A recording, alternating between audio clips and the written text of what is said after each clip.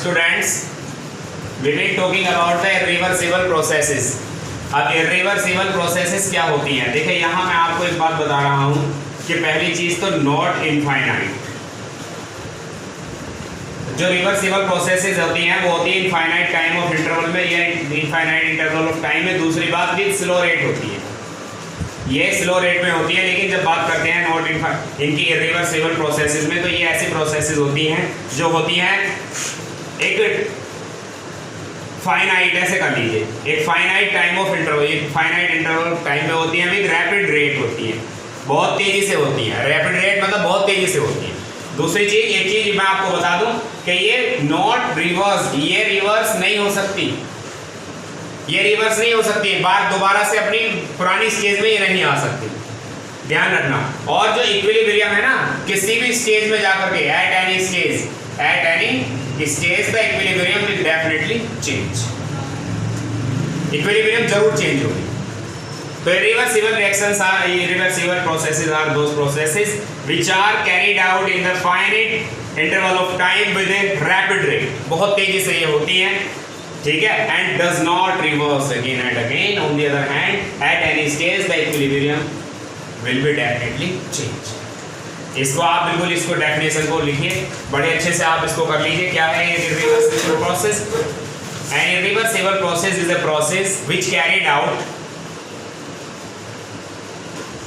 An irreversible process is a process which carried out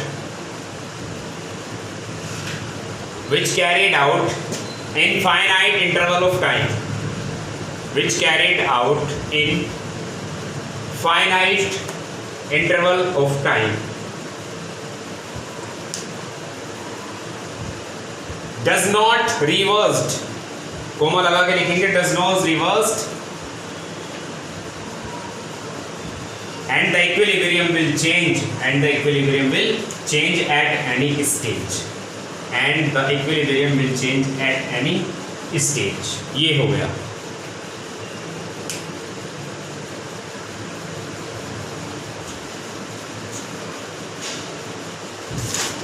अगर दोनों में ही डिफरेंस आने लगा, what is a reversible process, what is a reversible process क्या है?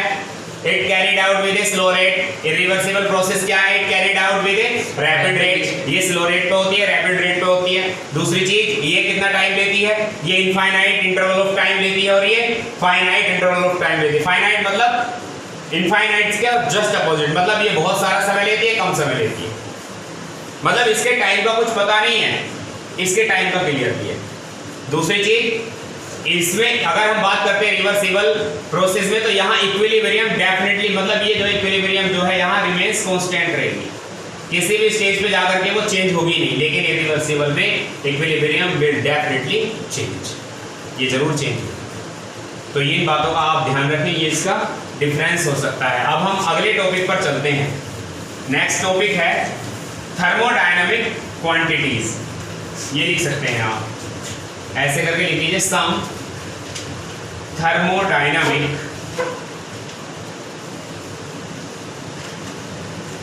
क्वांटिटीज। ओके, तो थर्मोडायनामिक क्वांटिटीज क्या होती हैं माय डियर स्टूडेंट्स, इनके बारे में हम बात करेंगे।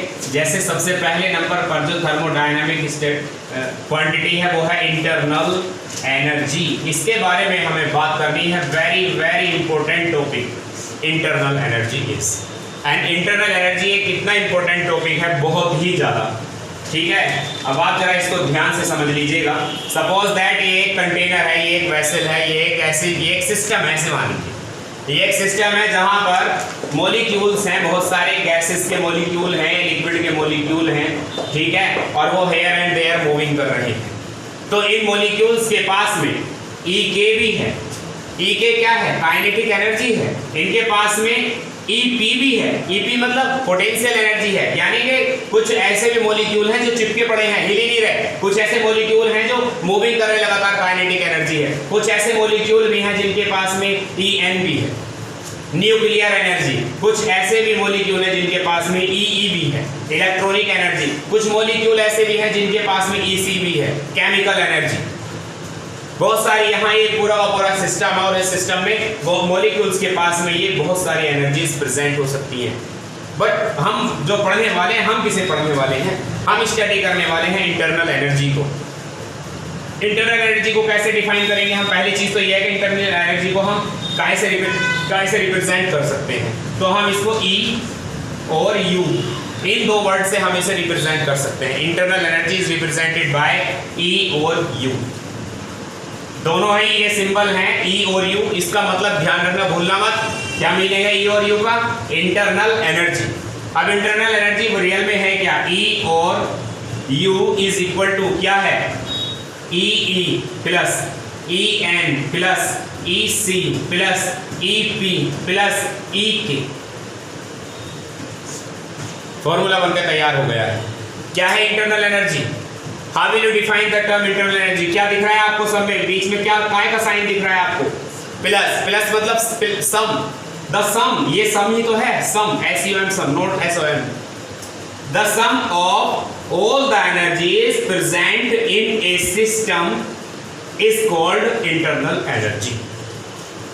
किसी भी सिस्टम के अंदर जितनी भी एनर्जीज होती हैं उन सब का जो सम है वो इंटरनल एनर्जी कहलाता है। कोई भी सिस्टम हो, उस सिस्टम में बहुत सारी एनर्जी हो सकती हैं, उन सारी एनर्जीज का जो सम है ना, उन सब का जो जोड़ है, that is called internal energy. You understand what is internal energy? Internal energy may be defined as the sum of all the energies present in a system. The sum of all the energies present in a system, that is called internal energy.